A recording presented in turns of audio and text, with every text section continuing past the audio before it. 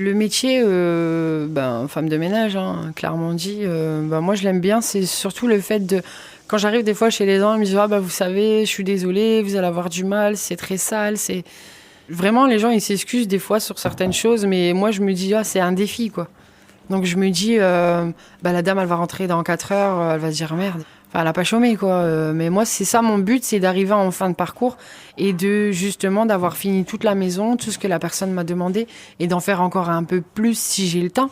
Bon, après, bien sûr, je suis pas Wonder Woman, mais c'est mon plaisir, en fait, c'est de voir les gens rentrer chez eux et de pouvoir se détendre sans pour autant devoir faire une vaisselle ou marcher à pieds nus. Rien que le fait de marcher à pieds nus dans une maison propre, toutes des choses comme ça, c'est le plaisir de faire plaisir.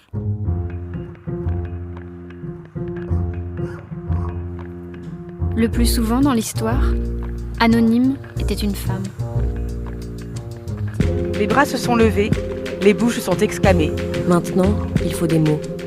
Ça dure toute la vie, une évasion. C'est tout le temps à refaire. Le féminisme est une révolution, pas un réaménagement des consignes marketing. Toutes ces vies, infiniment obscures, il reste à les enregistrer.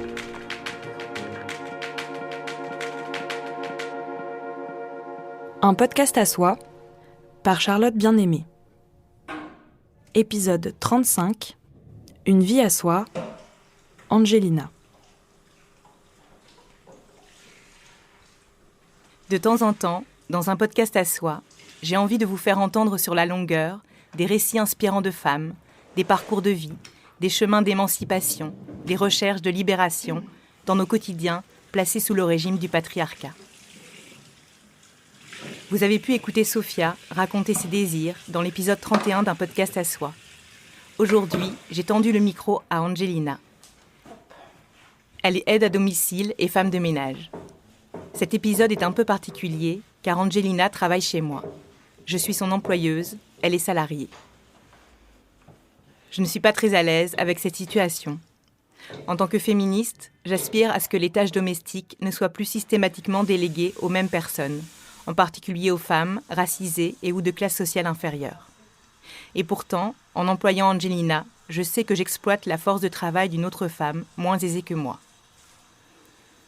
J'ai tout de même fait ce choix, car sa présence à mes côtés m'est extrêmement précieuse. J'ai la chance de pouvoir en ce moment lui proposer un taux horaire de 15 €, quelques heures par semaine. Son travail compte, il a de la valeur. Si je peux travailler autant, m'occuper plus sereinement de mes 2 enfants avec qui je vis seule désormais, m'autoriser un peu de temps libre, c'est en partie grâce à elle. Il me semble que reconnaître ce qu'elle m'apporte participe aussi d'une revalorisation de ce travail. Même si la question ne se résoudra pas de manière individuelle et qu'il s'agit ici d'enjeux collectifs et politiques, consistant à revaloriser et mieux rémunérer tous les travaux liés au care. J'ai longtemps hésité à vous parler de tout cela. Reconnaître les différences de classe ne change pas grand-chose. Comme l'explique Geneviève Pruvot dans son livre « Quotidien politique, féminisme, écologie, subsistance », les pistes de changement se trouvent dans des vies plus collectives, dans la recherche de ce que les féministes de la subsistance appellent l'équité dans la sueur. Ce qui me pousse à le faire malgré tout, c'est le parcours d'Angelina. Au fil du temps, des liens se sont tissés entre nous. Elle m'a raconté sa vie, jalonnée de violences sociales et patriarcales, mais aussi de libération, d'amour et de sororité. De mon côté, je lui ai partagé les choses difficiles que je vivais ces derniers temps en tant que femme. Si la classe sociale nous sépare, Angelina et moi, la classe des femmes, comme l'écriraient les féministes matérialistes, nous relie. Nous nous retrouvons sur la question des inégalités entre les hommes et les femmes, les violences, la sexualité. Je suis toujours impressionnée par sa puissance féministe. Alors, je lui ai demandé si elle accepterait de se raconter, au micro cette fois-ci, pour partager ses combats et sa force. Angelina a pris le temps de réfléchir et elle a accepté.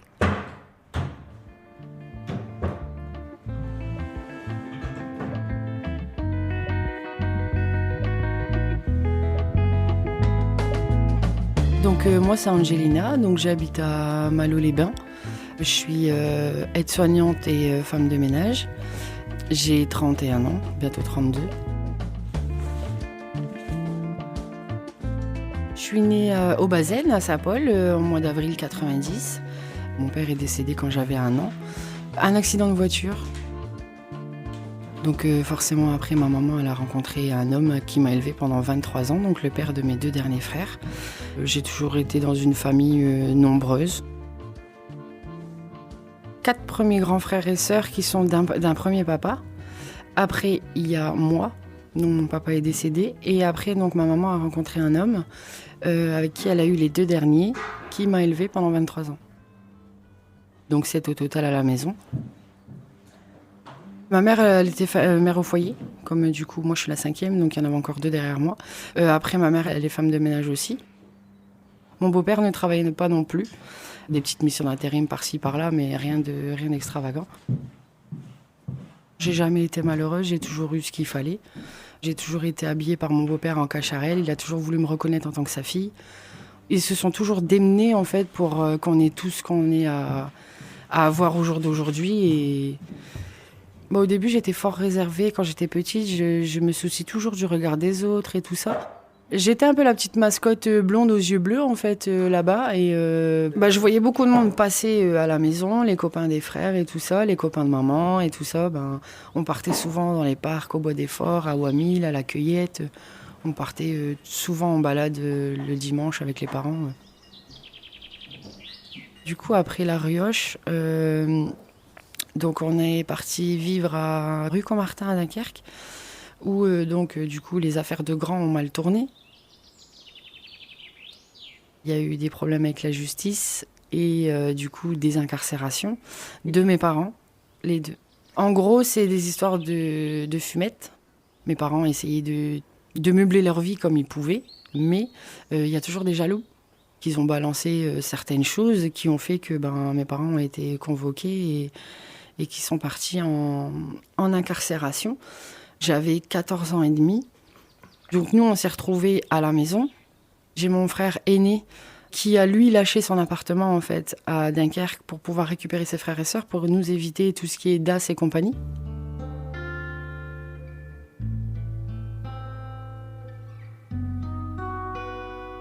Donc les parloirs, tous les semaines avec des éducateurs. Madame Hanchewerker, je m'en souviendrai tout le temps.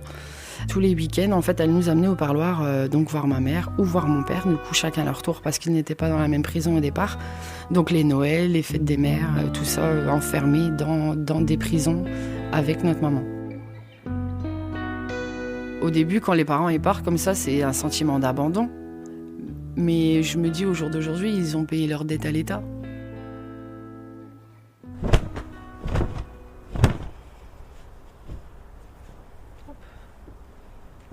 Oui, le tapis, j'avais vu, il est hyper crade. Un petit coup...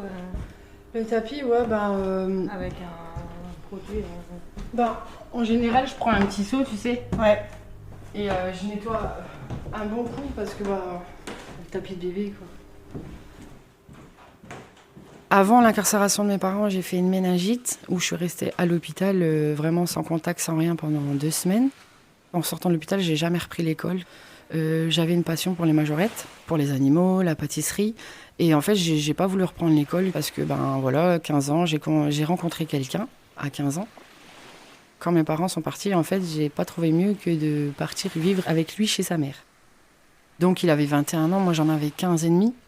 Rencontré en boîte de nuit, au western sur la plage, une petite boîte pour les jeunes de base. On a accroché et compagnie, donc après, on a commencé à se voir et tout ça. 1 mois après, incarcération des parents, il m'a pris sous son aile. Donc j'ai dormi chez ses parents pendant une bonne année.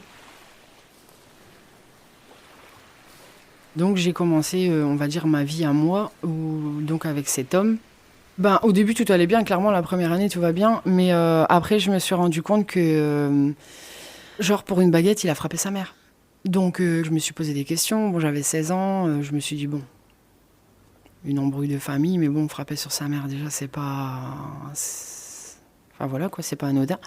Donc j'étais là-bas avec ce garçon, j'ai signé mon premier bail où j'ai signé ma première descente aux enfers. Il a réussi, en fait, à me décrocher des majorettes. Donc je n'ai plus fait de majorette.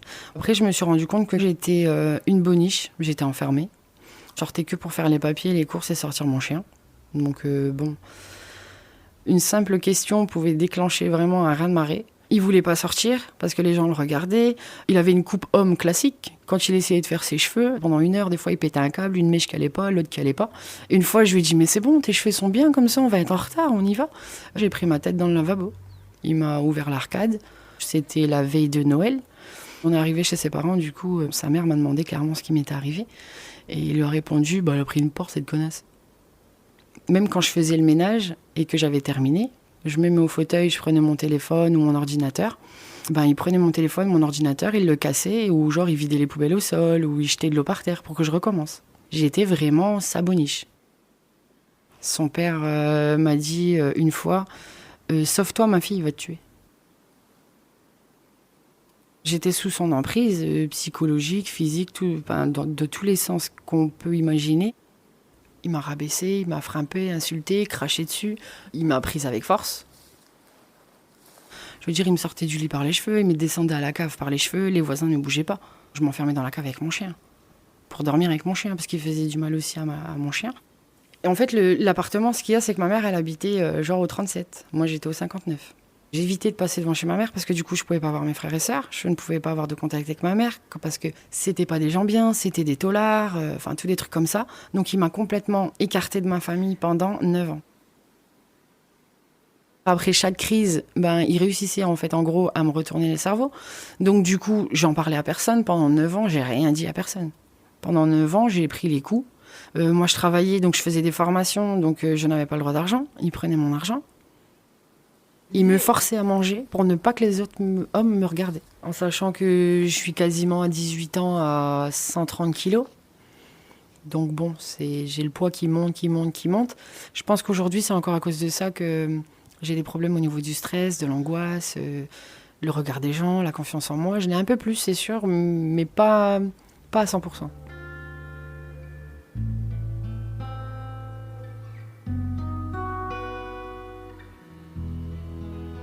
Et en fait, il y avait un cirque derrière chez moi, sur le terrain là où j'habitais, à Hortensia, Zavata. En fait, je partais toute la journée au cirque, en fait, avec les animaux.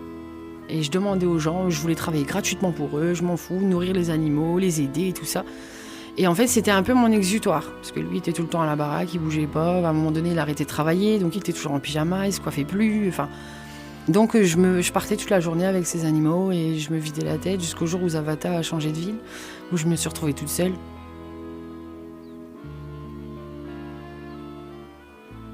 Je suis restée 9 ans avec cette personne et on devait se marier pour la 10e année.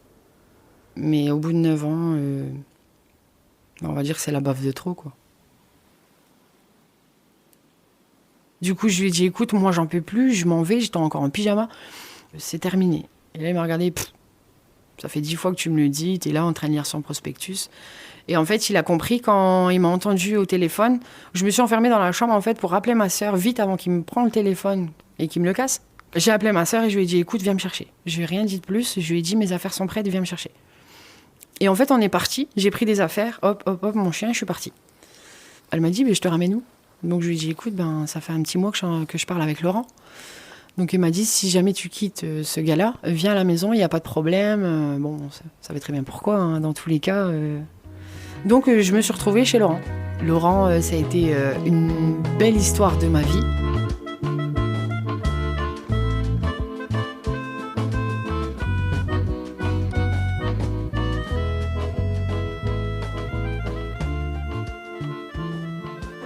Après, je me dis, tu vois, c'est un mal pour un bien aussi, parce que dans tous les cas, même s'il ne m'aurait pas arrivé toutes ces péripéties, j'aurais jamais peut-être rencontré Laurent, et du coup, j'aurais jamais rencontré Frédéric. Ouais. Avec des signes, on pourrait refaire le monde. Ouais. Mais bon. Mais ce qu'il faut voir, c'est que tu as réussi à partir, c'est ça le plus important. Vraiment, il y a des jours où je me dis, mince, je le fais chez les gens, et chez moi, j'ai pas le temps. Bon, même si monsieur fait le ménage tous les jours. Je suis déjà bien contente de rentrer et d'avoir le repas de prêt. Le bain coulé, limite. Tous les matins, j'ai mon café au lit. C'est un gentleman. J'ai trouvé le bon. Ouais, j'en suis sûre. Je pense qu'on est tellement fusionnels qu'on pourrait même pas nous séparer au jour d'aujourd'hui, c'est pas possible. Celui qui arrivera, il a vraiment de la force. Psychologique. Parce que Frédéric, il a du vécu quand même. Il est très difficile à duper. Bon, après, je pense que c'est l'âge qui fait ça. Moi, des fois, il me dit, hein, mais tu vois pas, ouvre les yeux, mais... Sur quoi, par exemple, tu penses à quoi concrètement? Sur le fait d'être trop gentil, de donner toujours trop. Mon frère qui est incarcéré, je fais tout pour lui, je l'aide et compagnie. Mais entre deux, quand on s'appelle des fois au téléphone, il pète un cap sur moi parce que je peux pas lui envoyer ça ou j'ai pas ça. Mais je dis, mais attends, ça fait 1 an quand même que je suis derrière tes fesses. C'est la première incarcération que je fais avec lui, la dernière. Et ça, il le sait. Hein. Tout ce que je lui envoie, c'est de l'argent que je gagne quand je travaille. Donc moi, je me prive aussi pour lui. Mais ça, il s'en rend pas compte.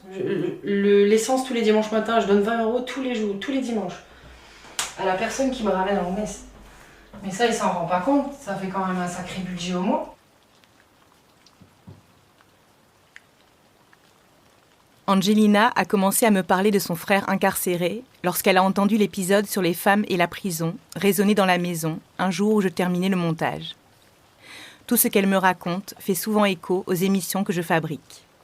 Ta copine, maintenant c'est celle dont tu m'as parlé, que t'avais aidé le mec qui a pas trop... Ouais. Il est pas trop revenu et tout, ça va Ah non, Il ça a va. récupéré la petite, non?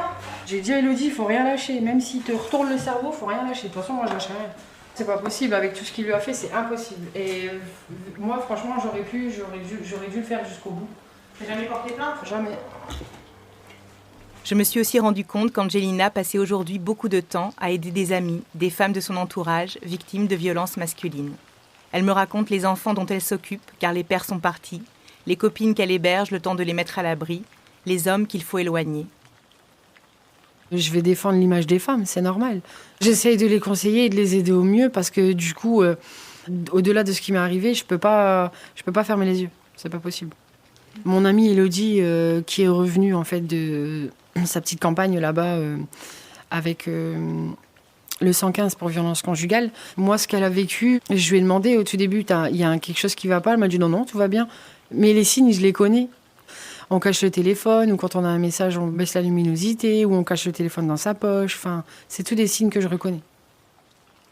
Moi, je lui ai dit, il me ment pas. Mais au bout d'1 an, 1 an et demi, elle a commencé à parler, quoi.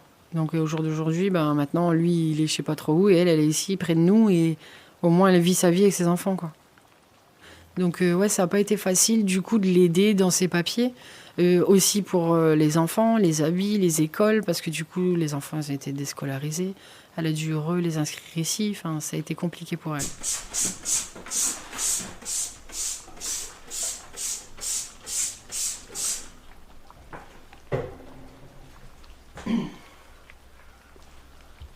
Après, les enfants, là-dessus, ça va?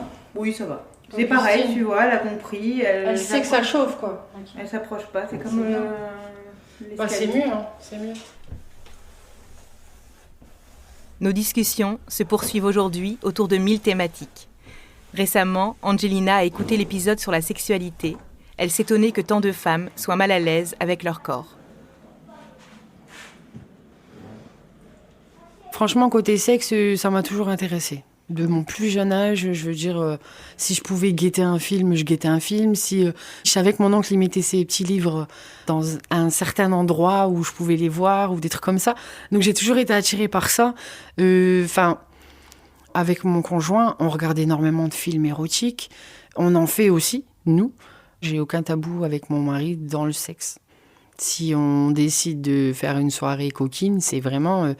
on se met vraiment dans une bulle où on est vraiment qu'à deux. On a nos petits trucs à nous et tout ça, nos petits jeux, enfin mes jouets à moi personnellement.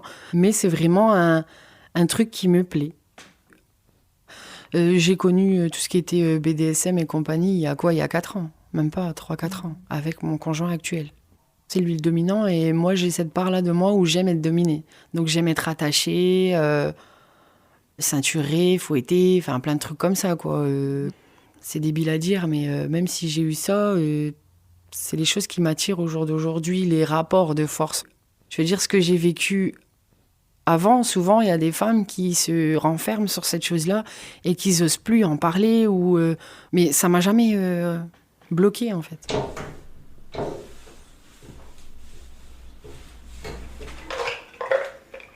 En fait, je mets des pastilles dans l'évier, comme ça, au fur et à mesure où je vais utiliser l'eau pour nettoyer n'importe où. En fait, la pastille, elle va se dissoudre et ça nettoie en même temps tes canalisations et tout ça. On l'a mis en bas aussi dans la cuisine. Oula, alors celui-là, c'est le même? Oui, alors fais gaffe, C'est juste pour faire couler un peu d'eau sur la pastille. Et ça, on a mis le truc parce que c'est pour pas que Augustine elle se cogne sur le truc. Tu veux des gambox? Ça, c'est le petit loulou, je le mets là. Ouais. J'ai commencé à travailler avec des personnes âgées, tout ça, donc j'ai travaillé dans plusieurs foyers. Moi, quand j'y allais, je faisais la toilette avec le monsieur et tout. Et en fin de toilette, on est venu me voir en me disant « Oui, mais tu rends compte, ça fait 45 minutes que t'es là. T'as encore 5 toilettes derrière. À 8h, ça doit être fini. Il y a le petit déjeuner à 9h. » J'ai écouté. Moi, je suis pas là pour gaver des oies. Ils prennent pas le temps. Et moi, ça, je peux pas. Humainement, je ne peux pas. Après, c'est le boulot, bien sûr, mais je ne peux pas le mettre dans le bain. Limite, elle l'arrose, elle le shampooine, elle l'arrose, elle le remet au lit. S'acharner à mettre des bas de contention alors que la personne, elle est encore humide, c'est totalement ridicule. Quand je vois un bip à la salle de surveillance et qu'on dit « Oh non, laisse tomber, tous les 5 minutes, celle-là, elle appelle, il y en a ras-le-bol. » Oui, mais non, elle est peut-être tombée, elle est peut-être souillée, elle a peut-être envie de quelque chose, elle a peut-être soif. Enfin, moi, je comprends pas. Ok, on travaille avec les personnes âgées, mais autant bien le faire. C'est comme si que moi, j'allais faire le ménage chez quelqu'un et qu'au final, je faisais la moitié de la pièce.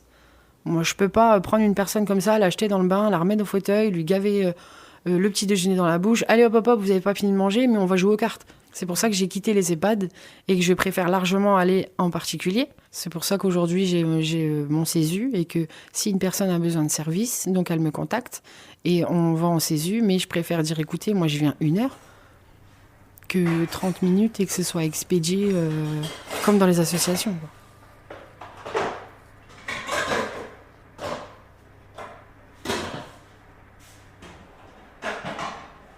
Bon, j'ai passé la plupart de mon temps, du coup, dans la famille, avec les tatas, les tontons. Donc, du coup, mamie qui était là le week-end parce que, du coup, elle dormait chez ma tante et tout ça. On parlait de plein de choses, donc notamment la cuisine. On a parlé des garçons, bien sûr, hein, mais... Le ménage, non, on en discutait, en fait, parce que, bon, elle voyait mes tantes qui passaient, qui faisaient le ménage. Ma mère aussi, ma mère, elle est très maniaque depuis des années. Elle nous a toujours inculqué à moi, ma sœur et mes frères. J'ai des frères qui sont très maniaques. Non, ça a toujours été maman, maison clean, tirée à 4 épingles. Maman, j'ai fait la vaisselle. Non, t'as pas fait la vaisselle. Bah si, elle est lavée. Non, une vaisselle faite, c'est lavé, essuyé, rangé. Et le lavabo qui brille. Après, c'est les bases qu'une maman peut apprendre à sa fille, clairement. Dans le diplôme d'aide à domicile, on apprend aussi tout ce qui est ménage, gestes et postures et tout ça. Après, ma mère, elle nous a montré, à moi et ma sœur, pas mal de techniques, parce que ma sœur aussi, elle est aussi un peu sur le ménage. C'est du simple, hein. Moi, avant, je passais l'aspirateur, je faisais mes poussières après. Donc, clairement, c'était juste une question de logique, de tout débarrasser, faire les vaisselles, mettre toutes les poussières, nettoyer ses plans de travail et tout ça, ses meubles, et faire vraiment les sols, aspirateur en dernier. C'est comme les toilettes, c'est pareil, on commence toujours du moins sale au plus sale. Il y en a, ils vont commencer par l'intérieur, mais non. C'est d'abord l'extérieur qu'il faut faire, et en dernier, l'intérieur du toilette, comme les poubelles. Moi, elle m'a toujours dit, une femme de ménage, tu la remarques à sa poubelle, ses toilettes et son seau. Je veux dire, je rangerai jamais un seau dans un placard s'il y a encore de l'eau dans le fond, c'est pas possible. Il y en a des aspirateurs, les brosses, elles dégueulent de poils. Ça, non, ma mère m'a toujours appris à débrancher l'aspirateur et aspirer la brossette pour éviter justement d'en refoutre partout. Après, les lits, c'est pareil. Faire les lits au carré. C'est tapoter les oreillers pour pas qu'ils ressemblent à rien dans ton lit. Il ressemble à rien ton cush, là, qu'elle me dit. Du coup, elle me fait tapoter mes oreillers, qu'ils soient bien droits, bien ficelés. J'ai des copines qui m'ont dit non, je vais pas aller chez ta mère, c'est un musée là-bas. Aussi, des fois, j'ai des gens, en fait, quand je nettoie, tu sais, quand ils me demandent de nettoyer les douches et tout ça, comme là, les douches comme ça, tu vois, à peu près, je sais que tout nettoyer, tout frotter, calcaire, les pommeaux de douche et tout, facilement, là, dans une douche comme ça, j'en ai facilement pour 1 heure. Mais il y a des gens, quand ils me demandent de faire des trucs comme ça, limite, ils vont râler parce que j'utilise l'eau. Mais je suis bien obligée. Je connais mon métier, quoi. C'est comme une lingère qui va faire tourner je sais pas combien de fois sa machine, elle connaît son métier. Mais des fois, c'est vrai que sur des maisons comme ça, moi, je vais plus y aller parce que le moindre truc que je fais, j'ai l'impression que c'est mal. Limite, t'as peur d'allumer l'aspirateur parce que ça veut utiliser l'électricité, quoi. Mais bon, cette dame-là, j'ai coupé court. J'ai coupé court parce que déjà elle était hautaine. Elle était hautaine, elle me prenait de haut alors que mon métier, c'est un métier comme un autre et elle était bien contente quand même d'avoir ces prestations-là, quoi. Après, bien sûr, j'ai eu des messages aussi où du coup, comme je proposais mes services, j'ai eu des messages aussi sur le Bon Coin où on me demandait si j'allais plus loin, des faveurs sexuelles. Mais je suis femme de ménage, je suis pas escorte. En général, quand j'arrive dans une maison, au tout premier lieu, je monte, je descends, je fais un état des lieux pour voir à peu près s'il y a beaucoup à faire ou pas beaucoup à faire. Comme ça, j'organise mon temps et je me dis, il faut que je commence par là parce que je mettrai un peu plus de temps, sinon j'aurais pas le temps de faire en bas ou des choses comme ça. Après, le fait de bouger, courir partout, vraiment, ça me fait pas peur, quoi. Si j'ai le temps, bouger les machines à laver, bouger les meubles. Moi, je vais pas changer de métier pour les gens. Moi, j'aime mon métier, j'aime ce que je fais, faire des lits, nettoyer des sols, nettoyer une vaisselle, décalcériser des douches. Moi, j'aime bien faire ça. Si je vois quelque chose de bouché, je vais pas dire « Excusez-moi, madame, votre lavabo est bouché ». Je vais ouvrir le truc, je vais enlever le siphon, je vais tout nettoyer. Je veux dire, ça me dérange pas du tout. Mettre les mains dans la merde, clairement, comme quand on est aide-soignante, mettre les mains dans une couche ou quoi. Je veux dire, ça me dérange pas parce que c'est le travail et il faut le faire dans tous les cas. C'est comme ça. J'aime bien quand c'est propre, quand ça sent le propre, avoir des défis et de me dire tiens, elle pense que je vais pas réussir, mais je vais réussir quand même. Un jour, j'aurai ma maison. C'est vrai que je travaille dans des maisons où je vois il y a des jardins et tout ça. Moi, je suis là en appartement avec mes 3 chiens. Après, je l'ai choisi. J'ai pris un HLM histoire de le temps qu'on essaye de remonter la pente. Mais c'est vrai que moi, je me dis un jour j'aurai ma maison pour mes fifis, en gros, parce que pour l'instant, je peux pas avoir d'enfants. Mes 3 chiens et mes 2 furets, en fait, on vit pour eux. C'est eux avant nous. De quoi tu rêves, toi, dans ta vie, là, maintenant, ou pour le futur ? C'est quoi tes envies, tes rêves, Moi, pour l'instant, vraiment, ça serait de remettre ma barque à flot, de mettre un peu d'argent de côté et puis par la suite pouvoir prendre une maison avec un jardin pour mes chiens et par la suite après avoir un bébé bien sûr pour l'instant je préfère mener ma barque, la remettre bien droite et après par la suite quand on sera installé dans une maison ou quoi reprendre mon dossier PMA. On va faire comme ça, on va reprendre le travail, trouver une maison et après on verra la suite.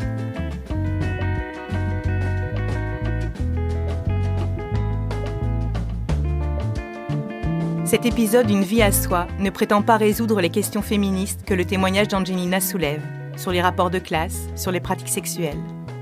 Pour prolonger la réflexion, je vous propose d'écouter l'épisode 5 d'un podcast à soi, Qui gardera les enfants, et l'épisode 18 autour de la sexualité, et tous les prochains. C'était Une vie à soi par Charlotte Bien-Aimée. Montage, réalisation et musique originale, Samuel Hirsch. Merci à Sarah Bénichou, Sylvain Gire, Sarah Monimard, Stella Defeder, Chloé Assous-Plugnan, Anna Wanda Gogussé, Nina Faure et Julien Brigaud. Et merci à Angelina. Vous pouvez écouter un podcast à soi sur toutes les plateformes de podcast et sur le site d'arteradio.com. Vive la radio, vive les podcasts, vive la révolution féministe.